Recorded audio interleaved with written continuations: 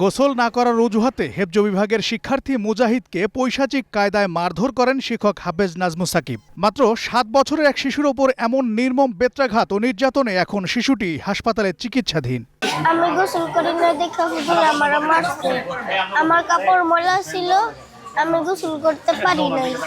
তারপর হুজুর আমার একবারই দিয়া অক্সিজেন বানাই লইছে। তারপর আমি ওঠার পরে আমার মারতাছে। নরসিংদী শহরের ভোলানগর জেলখানার মোড়ের মাদ্রাসাতুল আবরার এরাবিয়া মাদ্রাসায় এ ঘটনা ঘটে। ঘটনার পর পরিবারকে বিষয়টি জানায়নি মাদ্রাসা কর্তৃপক্ষ।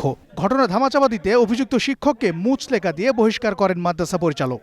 আমারই সন্তানতুল্য ছাত্র মুজাহিদ এক শিক্ষকের মাধ্যমে আঘাতপ্রাপ্ত। আমি তাৎক্ষণিক ফোনে ওনাকে সান্ত্বনা দিয়ে এবং আশ্বস্ত করি যে সন্তান এটা আপনার একা না, যেহেতু আমার প্রতিষ্ঠানে ভর্তি করছেন এটা আমারও সন্তান। এদিকে এ ঘটনার পর পুলিশের কাছে আটক হওয়ার আগে সাংবাদিকদের অভিযুক্ত শিক্ষক মারধরের কথা স্বীকার করেন।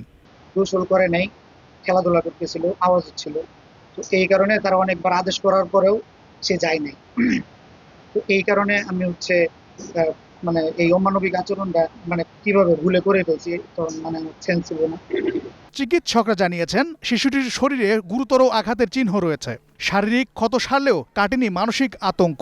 আমাদের 100 শয্যা বিশিষ্ট জেলা হাসপাতাল নরসিংদীতে আজকে মুজাহিদ নামে 7 বছর একজন মাদ্রাসার ছাত্র এই হাসপাতালে আসে এবং আমাদের যে জরুরি বিভাগের কর্তব্যরত চিকিৎসক এবং শিশু বিশেষজ্ঞ তারা তাকে পরীক্ষা নিরীক্ষা করে এবং আমিও তাকে পরীক্ষা নিরীক্ষা করে দেখি। তখন দেখে আমরা দেখা যায় যে তার পিঠে, হাতে, পায়ে ব্যথাঘাতের চিহ্ন এবং এটা গতকালকে আমরা শুনেছি গতকালকে তার উপরে ব্যথাঘাত করা হয়েছে এবং সে শারীরিকভাবে খুবই দুর্বল। এদিকে খবর পেয়ে পুলিশ অভিযুক্ত শিক্ষককে আটক করেছে। বিষয়টি নিয়ে আইনি প্রক্রিয়া রয়েছে জানিয়েছে পুলিশ।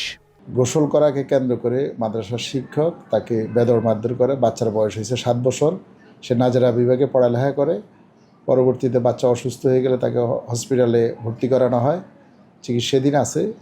এ ব্যাপারে শিক্ষককে আটক করা হয়েছে উক্ত মাদ্রাসা। আমরা ঘটনাস্থলে গিয়ে শিক্ষককে আমাদের হেফাজতে নিয়ে আসি। মাদ্রাসা শিক্ষায় অমানবিকতা পরিহার করে শিশুদের জন্য নিরাপদ ও সুন্দর পরিবেশ নিশ্চিত করার দাবি স্থানীয় সচেতন মহলের। জাফর আহমেদ শিমুল, গ্রিন নিউজ ডেস্ক।